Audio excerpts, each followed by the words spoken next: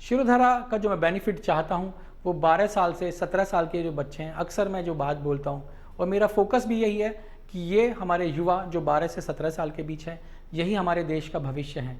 और मेरा जैसे कि रुझाव और झुकाव स्पोर्ट्स की तरफ है, तो उसी के तहत मैं बताना चाहूँगा जो लोग शिरोधारा करवाते हैं या करवाएंगे, उनकी बॉडी में न्यूरोलॉजिकल सिस्टम बड़े अच्छे से काम करेगा, उनकी बॉडी में रिफ्लेक्शन बहुत तेज होंगे, चीज़ों को अंडरस्टैंड करने की कैपेबिलिटी बढ़ेगी, क्योंकि इससे कंसंट्रेशन लेवल आपका बहुत हाई होता है।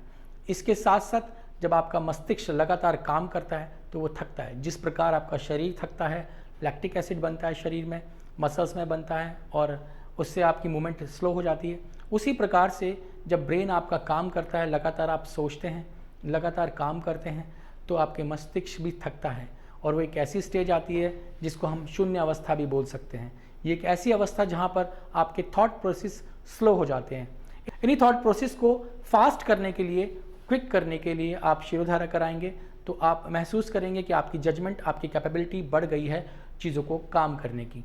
जैसे कि अगर आप बैटिंग कर रहे हैं तो आप महसूस कर पाएंगे कि आपको जो बॉल दिख रही है उसका विजुअलाइजेशन, क्योंकि विजुअलाइजेशन होते हुए ही आप अपनी गेम को आगे इंप्रूव कर पाते हो, तो विजुअलाइजेशन की पावर बढ़ जाएगी। अगर आप फुटबॉल खेल रहे हैं तो आपकी लेग्स पहले से ज़्यादा कंट्रोल में रहेगी, आपकी बॉडी का जो कोऑर्डिनेशन है वो ज़्यादा हाई हो जाएगा। अगर आप हॉकी प्लेयर्स हैं तो लगातार आपको फॉरवर्ड बेंडिंग पोजीशन में आपको भागना पड़ता है और लगातार आपका मस्तिष्क आपको ये कमांड देता है कि आप झुकिए और हॉकी स्टिक के साथ बॉल को लेके जाइए।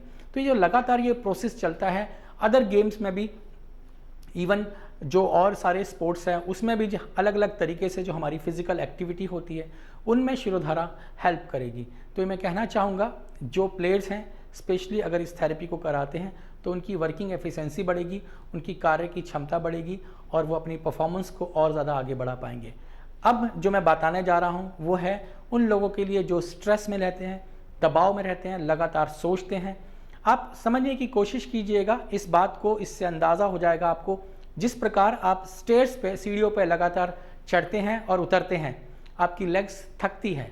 जब यही रेपिटेशन आप बार बार करते हैं, उसी प्रकार से जब आप अपने मस्तिष्क में लगातार विचारों को लेके आते हैं, जाते हैं, आते हैं, जाते हैं, तो आपका मस्तिष्क भी थकता है। इसी थकावट को दूर करने के लिए आपकी निद्रा आपको हेल्प करती है। जैसे कि मैंने शुरुआत में बताया था, आपका कॉन्शियस और सबकॉन्शियस माइंड काम करता है उसी तरीके से, लेकिन जब दबाव का रेशो बहुत बढ़ जाता है तो उसकी रिकवरी नहीं हो पाती। वैसे तो कुछ चीज़ें हैं जो उसकी रिकवरी में हेल्प करती हैं, लेकिन अगर उनमें शिरोधारा को ऐड कर दिया जाए तो आपकी मस्तिष्क की जो कार्य प्रणाली है वो और बढ़ जाएगी, इससे आपको लाभ होगा।